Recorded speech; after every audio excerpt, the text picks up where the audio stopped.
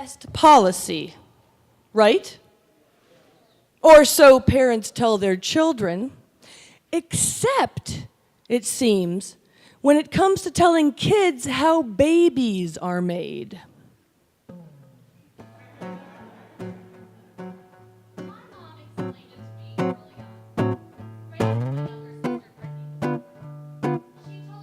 What a penis and a vagina were.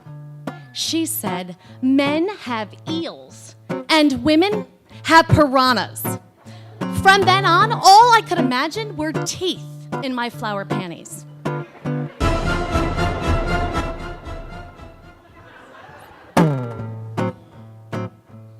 When my Nana was explaining to us about the birds and bees, she said, girls have hamburgers and boys have hot dogs. Oh, I'd love to be an Oscar Mayer wiener. Hot dogs and hamburgers. Why is it always about food? My daughter was asking about the making of babies right around Passover, and I told her we needed 2 parts. One from a boy and one from a girl. An egg and she pipes in, I know, Mama, you need an egg and a matzah.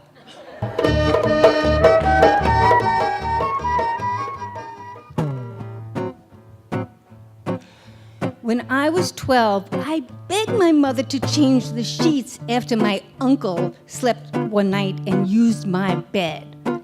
What's the problem, she asked. It was just one night. I'll change the pillowcase. But Mom, what if he had a wet dream on those sheets and I sleep on them? I might get pregnant.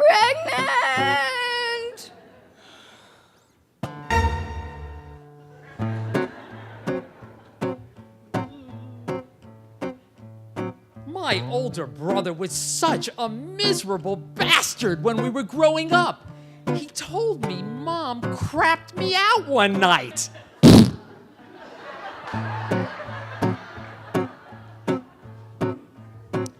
My parents told me that when a man and a woman want a baby, the man gives the woman a special stone, and the stone turns into a baby. One day, my friend Brian and I decided we wanted a baby. So the next day, he brought me the shiniest black pebble, and I brought it home with me. Then I proudly announced to my parents that Brian Ferguson and I had made a baby. I was 8 at the time. They panicked. I was way ahead of the game. I knew it had something to do with a sperm and an egg, but I couldn't figure out how the sperm cracked the egg open.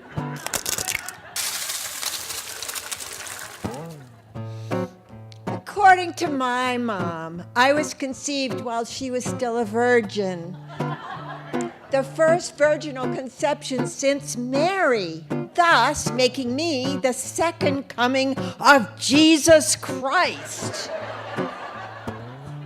I told the story to everybody, proudly claiming the possibility that indeed I was God.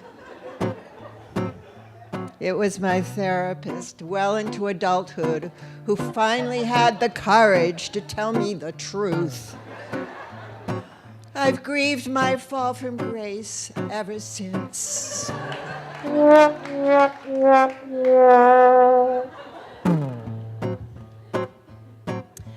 I learned women got pregnant from sleeping with someone. When my mom forbid the cat in my room at night because he was shedding too much, I assumed she didn't want me sleeping with him. One night, he pushed open the door while I was sleeping and slept on my bed. For 2 weeks, I cried myself to sleep because I thought I was having kittens.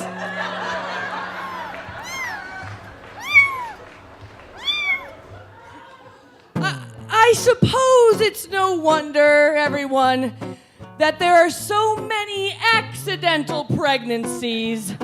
Fact, nearly half of all pregnancies are unintended. So, before we get started, let's just get one thing straight. One thing straight.